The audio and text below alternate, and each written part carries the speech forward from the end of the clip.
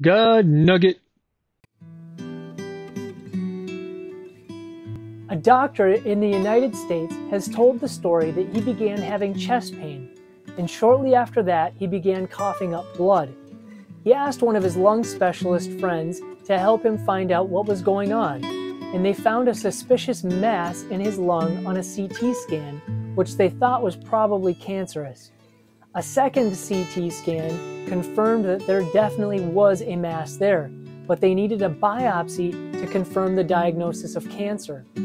At that time, the man received prayer, and shortly after he was prayed for, the doctors went into his lung to get that biopsy, but they were bewildered when they could not find any tumor there at all.